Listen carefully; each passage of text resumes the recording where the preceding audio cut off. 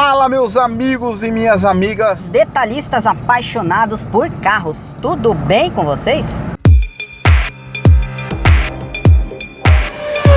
Estou aqui na famosa área de São Paulo chamada Cebolão, que é o encontro aqui da Castelo Branco com a Marginal Pinheiros com a Marginal Tietê. Estou passando exatamente agora em cima do Cebolão com esse carrinho aqui, que é um Chevrolet Onix, aquela versão 1.0, a Plus 1.0 Turbo.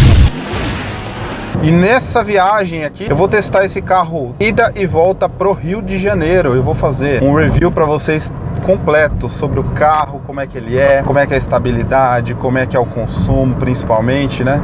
Como é que é o conforto dele. Então eu vou mostrar para vocês em muitos detalhes como é que é esse carro. Eu já fiz esse mesmo trajeto com o Virtus, que é o concorrente direto do Onix. Se vocês quiserem dar uma olhadinha, é só olhar lá no canal que tem também, mostra todos os detalhes, inclusive um outro vídeo também do review, mostrando a parte interna, o acabamento, as funções do computador de bordo, enfim, todos os detalhes, e também teremos desse carro, tá bom? E no final vocês vão saber qual que é o mais econômico dos dois, se é o Virtus ou se é o Onix Plus. Vamos lá, galera!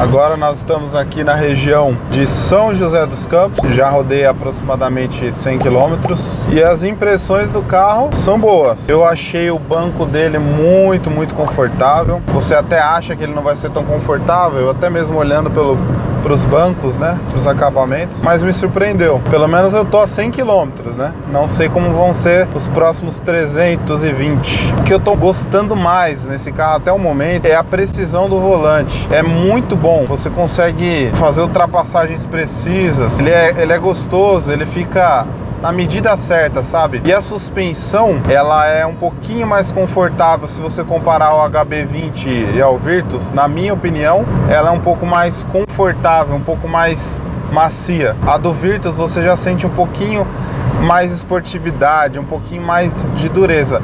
Mas a questão de falar para você que o Virtus você sente um pouco mais de esportividade não quer dizer que ele anda mais. Ainda sendo mais confortável, eu tenho a impressão desse carro ser mais rápido. Eu tenho a impressão dele ter respostas melhores, retomadas melhores, acelerações melhores do que a do Virtus e que do HB20. Ele é bem bacana mesmo. Até agora, estou surpreso com esse carro, viu?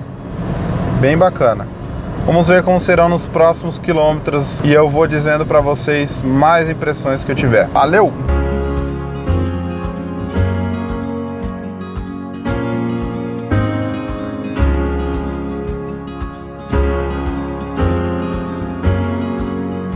Estou aqui na região da Aparecida do Norte e eu tô bem surpreso com a dinâmica desse carro. Se você dá esse carro na mão de uma pessoa que não conhece e pede para ela acelerar, ela provavelmente não vai falar que esse carro é 1.0. Se você der para ela a opção de 1.0, 1.5, 1.6, 1.8, provavelmente, acredito eu, ela não vai chutar 1.0. Ela vai errar. Porque o carro é muito gostoso. Você pisa, ó, ele acelera, ele vai embora, ele busca. Claro que não é aquela cola no banco, né?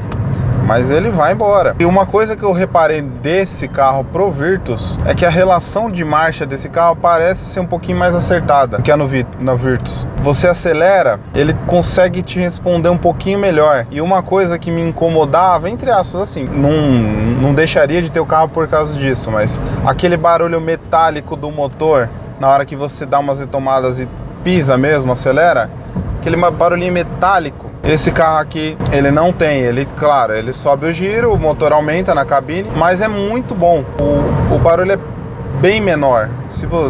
Até mesmo acho que se fizer um teste de decibelímetro lá para verificar o barulho interno, eu acho que esse carro é um pouco mais vedado, um pouquinho melhor. Curvas ele senta, eu fiz algumas curvas, não curvas fechadas, mas uma velocidade um pouquinho superior.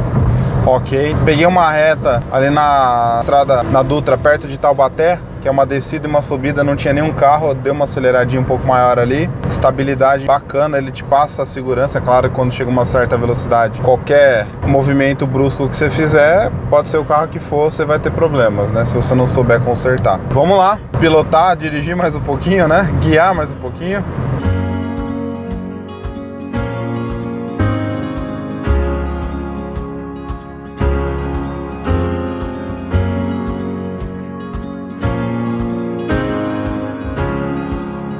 Já estou bem perto do Rio, falta 100 km para eu chegar na Avenida Brasil, aí praticamente já estou dentro do Rio, né?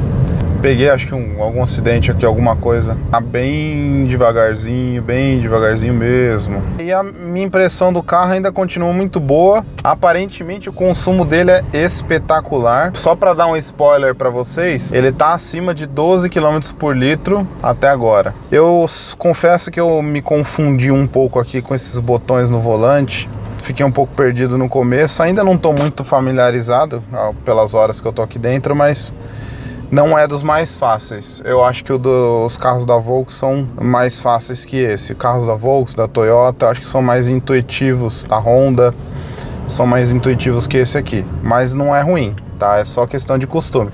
Mesma coisa quando você tem um celular que tem Android e de repente você vai para um celular que tem iOS. Você fica todo confuso ali no começo, mas você acaba acostumando.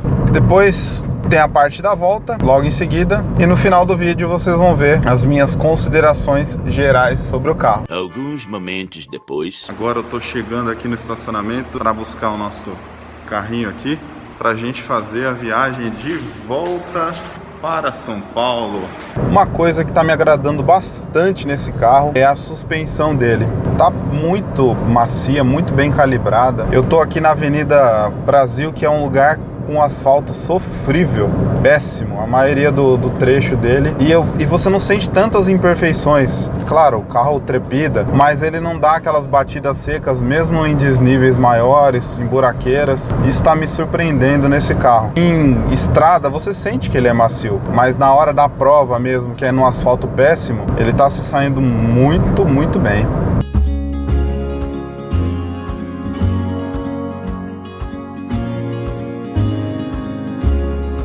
Eu acredito que quando qualquer pessoa vá comprar um carro, ela tem que avaliar, claro, conforto, segurança, né, em primeiro lugar. Porque não adianta você ter um carro bacana, mas que na hora que você precisa dele, ele não te responde. Então, imagina, você está precisando fazer uma ultrapassagem na subida de uma serra. Você começa a ultrapassar um caminhão e vocês sabem que os caminhões estão cada dia mais fortes, né? E um caminhão te empurrando. Então você já começa a ficar preocupado se vai dar, se não vai dar. E essa vai ser a prova de fogo aqui do Onix Turbo LTZ. Eu vou começar agora a subir uma serra, retornando aqui do Rio de Janeiro, e vamos ver como é que ele se comporta. Estou curioso para saber. Na descida ele se comportou muito bem, mas agora vamos ver na subida. Vamos lá.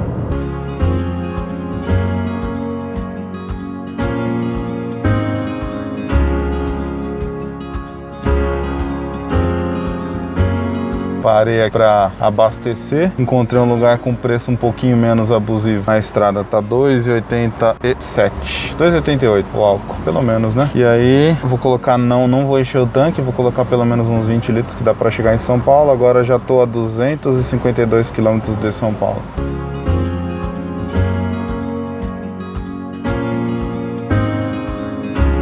Já estamos aqui quase na alça de acesso com a Marginal Tietê. E chegando em casa, eu vou pegar os comprovantes todos, somar lá, fazer a média de consumo dele, minhas considerações finais, se vale a pena ou não comprá-lo. Acompanhe aí o restinho da minha viagem até a região de Osasco.